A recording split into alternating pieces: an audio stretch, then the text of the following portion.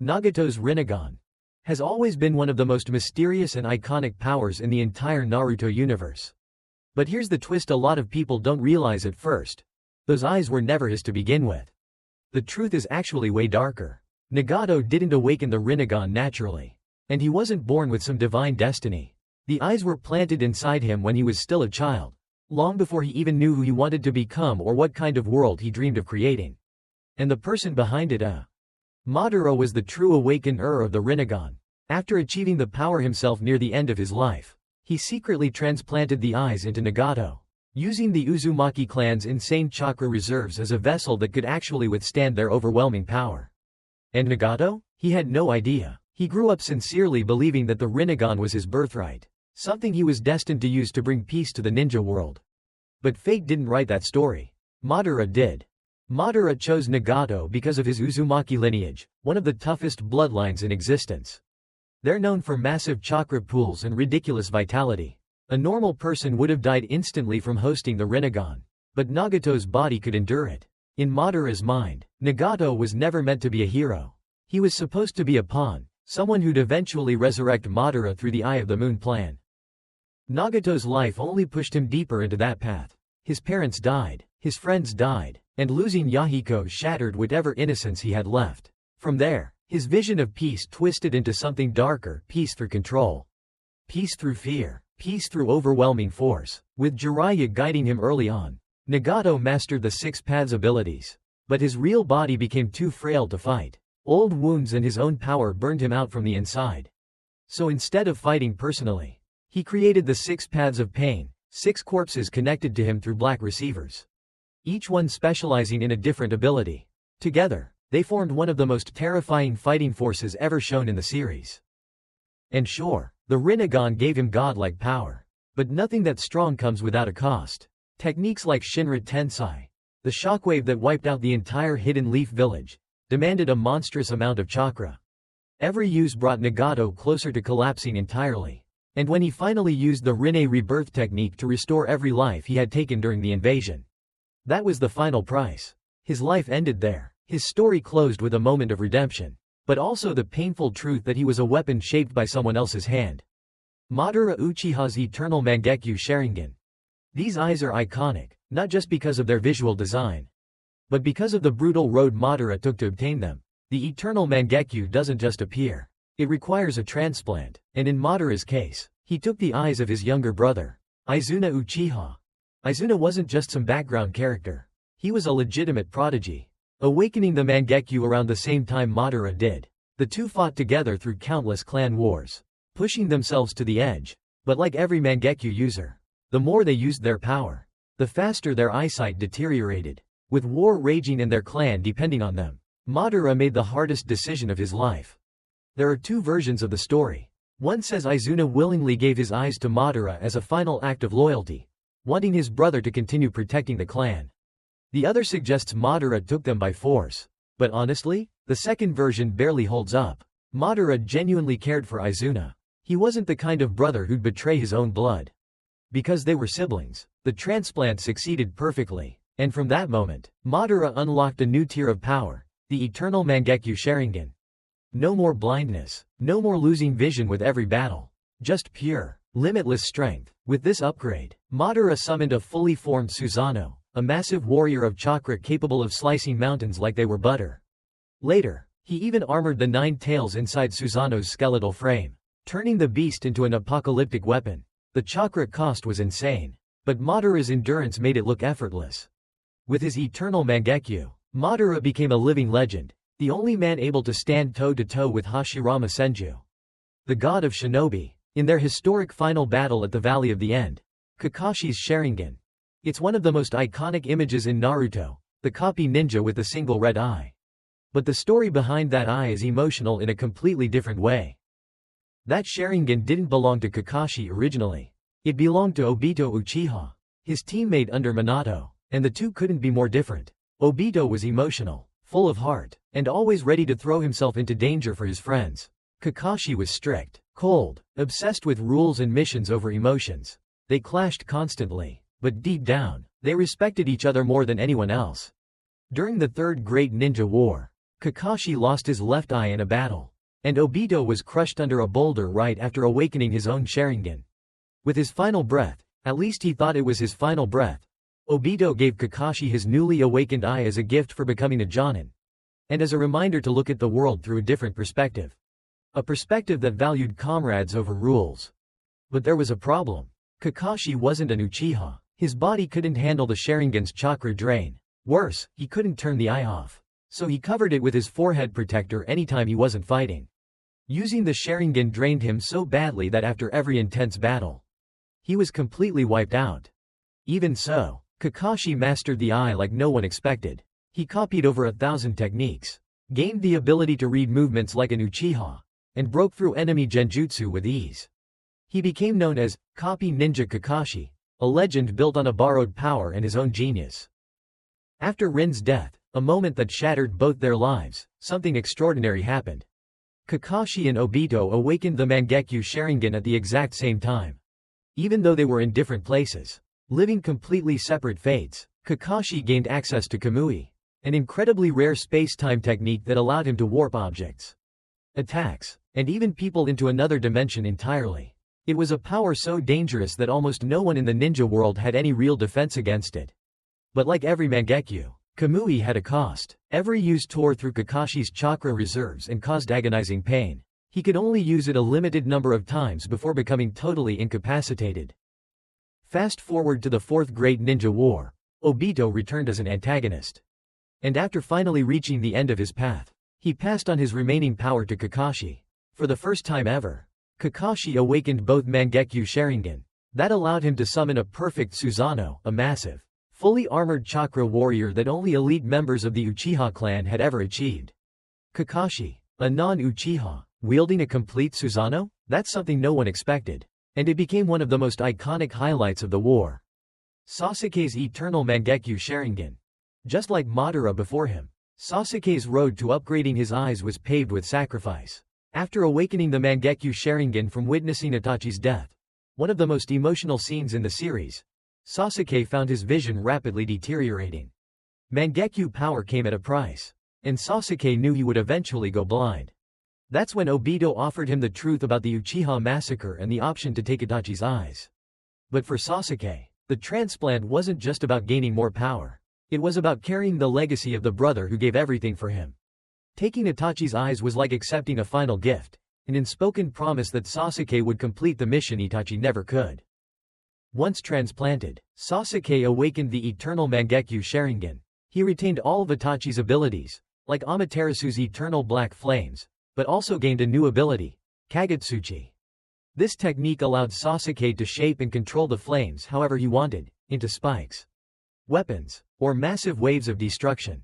It turned Amaterasu from a simple burning attack into a customizable arsenal. His Susanoo evolved as well, reaching its fully armored form, a version powerful enough to rival Naruto's Kyuubi chakra mode. In some battles, Sasuke even enveloped Kurama in a Susanoo armor shell, creating a god-like hybrid beast capable of leveling entire landscapes in a single clash. But Sasuke wasn't done. Once he obtained the power of the Sage of Six Paths, he combined his eternal Mangekyo Sharingan with the energy of the Rinnegan. This unlocked Indra's arrow, arguably one of the strongest offensive techniques in the entire franchise. It was a massive spear of lightning fused with six-path chakra, powerful enough to make the entire battlefield tremble. When Sasuke launched it in the final fight against Naruto, the world itself felt like it was about to crack. Danzo Shimura. Unlike Kakashi, unlike Sasuke, Danzo's story with Dojutsu has nothing to do with friendship, sacrifice, or loyalty. His story is all exploitation. Danzo possessed a horrifying collection of Sharingan, 11 in total. His right eye was the Mangekyo Sharingan of Shisui Uchiha, one of the purest and strongest Uchiha prodigies of his era. Shisui was known for Koto Amatsukami, a mind-controlling genjutsu so subtle that the victim never realized they were being manipulated. They believed every thought was their own. Having access to such a technique is essentially having the power to rewrite a person's will. Danzo obtained Shisui's eye by cornering him and overpowering him with his personal squad. It wasn't honorable. It wasn't mutual. It was pure robbery. Before dying, Shisui entrusted his remaining eye to Itachi, telling him to protect the leaf with it. But Danzo wasn't done. The remaining 10 Sharingan came from the Uchiha massacre. Working behind the scenes with Orochimaru, Danzo transplanted those eyes into his right arm, literally embedding them into himself like trophies. With so many Sharingan active, no normal human body would survive. So Danzo also had Hashirama's cells infused into him, giving him enhanced regeneration and enough chakra to keep the eyes stable. With this unholy combination, Danzo gained access to Izanagi, one of the most broken techniques in Naruto. Izanagi rewrites reality itself. If Danzo was fatally wounded, he could simply turn that death into an illusion and restore his body instantly, at the cost of permanently shutting down one of the Sharingan on his arm. Each eye gave Danzo 1 minute of complete invulnerability. 10 eyes meant 10 minutes where he literally could not die. It turned him into a nearly unstoppable monster. But Danzo's lack of true mastery was his downfall. Without the deep understanding and spiritual harmony that the Uchiha naturally possess, he never used the Sharingan at its full potential. All that power, with none of the soul behind it. Now let's talk about Obito again, but this time through the lens of another stolen power, the Rinnegan he implanted into himself. The Rinnegan he used originally belonged to Madara, the same pair that Madara transplanted into Nagato. After Nagato died, Obito stole one of the Rinnegan from his body. And while Obito was an Uchiha with strong chakra, he wasn't an Uzumaki. His body couldn't handle both Rinnegan at once. Even with only one eye, the strain was nearly unbearable. His body constantly pushed back against the overwhelming power. And without Hashirama's cells integrated into him, he probably wouldn't have lasted a single day. Because Madara reconstructed Obito's crushed body using Hashirama's DNA, Obito gained regenerative abilities and enough durability to wield the Rinnegan without dying instantly. But even then, he admitted many times that the Rinnegan nearly broke him. It was a power far beyond what his body was naturally meant to handle. With the Rinnegan, Obito gained access to outer path techniques. He could summon the demonic statue of the outer path, use its chakra chains, and even revive the dead. But the most terrifying thing he accomplished was creating his own version of the 6 paths. Instead of using corpses like Nagato, Obito used the reanimated Jinchuriki, each one possessing the power of a tailed beast. He placed black receivers within each of them, allowing him to control them simultaneously. By combining his Sharingan vision with the Rinnegan, Obito viewed every angle of the battlefield at once. No blind spots, no ambushes, no escape. With this power, Obito became one of the most dangerous figures in the entire Fourth Great Ninja War. Eventually, the Rinnegan even allowed him to become the 10 Tails Jinchuriki, transforming him into something beyond human, a being on the level of gods and legends. Byakugan. Now let's jump into a completely different dojutsu, one that doesn't belong to the Uchiha or the descendants of Hagoromo. This time, we're stepping into the world of the Hyuga clan with the Byakugan. And the twist? Our next character isn't a Hyuga at all. It's Ao, a shinobi from the Hidden Mist village who somehow ended up with a Byakugan that wasn't originally his. Ao obtained the Byakugan during the era known as the Bloody Mist, a brutal period in his village's history where violence was practically a daily routine. During one battle, Ao defeated a Hyuga user and took the Byakugan as a trophy, a spoils of war sort of situation. It's cold-blooded, but that's exactly how the Hidden Mist operated at the time. But why did Ao want the Byakugan? Because it was an incredibly valuable tool for a hunter nin like him. With the Byakugan, Ao could see through walls, detect chakra from far distances, and see through genjutsu illusions that would normally deceive others. He could observe chakra pathways, analyze fighting styles, and detect traps long before anyone else knew they existed. For a ninja specializing in tracking and assassinating rogue shinobi, the Byakugan was basically a cheat code. Stealing a Hyuga eye wasn't easy. The Hyuga treated their dojutsu like sacred treasure, and the clan placed powerful seals on their bodies to protect the Byakugan from falling into enemy hands. But Ao not only managed to obtain one, he successfully transplanted it and kept it hidden for decades. To prevent someone from ripping it out or sealing it away, he placed a unique sealing jutsu on his own face. Only a skilled sensory-type ninja could undo it. Ao's Byakugan proved its worth during the 5-Cage Summit. He was able to spot Danzo's subtle genjutsu attempts, something even other cage-level shinobi didn't notice. However, during the Fourth Great Ninja War, Ao was severely injured and lost the Byakugan. By the time we see him again in Boruto, he has turned into a cyborg-like soldier, ultimately meeting his end and closing the chapter on one of the most interesting non-Hyuga Byakugan users in the series. Toneri Tenseigan and the Tenseigan. Now we shift to something even more insane. Toneri Otsutsuki and the Tenseigan, a dojutsu so powerful it feels like it belongs in a completely different genre of anime. Toneri was born with sealed Byakugan, and because of that, he grew up blind, but when he kidnapped Hanabi Hyuga in the last Naruto the movie, he didn't do it for revenge or cruelty. He needed her pure Hyuga Byakugan to unlock the Tenseigan, an evolved form of the Byakugan that only members of the Otsutsuki clan could awaken. Once Toneri implanted Hanabi's eyes, they evolved almost instantly. His Byakugan transformed into the Radiant Tenseigan, a luminous blue dojutsu overflowing with divine chakra. From the moment these eyes awakened, Toneri ascended to a god-like level of power that dwarfed most shinobi on Earth. With the Tenseigan active, Toneri gained the ability to manipulate gravity, lift enormous landmasses, and even pull the moon itself toward Earth as though it were just a loose stone. He could activate Tenseigan chakra mode, boosting his strength, speed, and durability to absurd heights, so high that he could clash with Naruto at his strongest without being overwhelmed. But that's not all. Toneri wielded truth-seeking orbs, black spheres capable of erasing anything they touched, and created a massive golden chakra sword capable of literally slicing the moon in half. Not metaphorically, not symbolically, he sliced the moon, clean, in half. Toneri's rise to power was brief but terrifying. His plan was extreme. Destroy humanity and rebuild the world according to Otsutsuki ideals.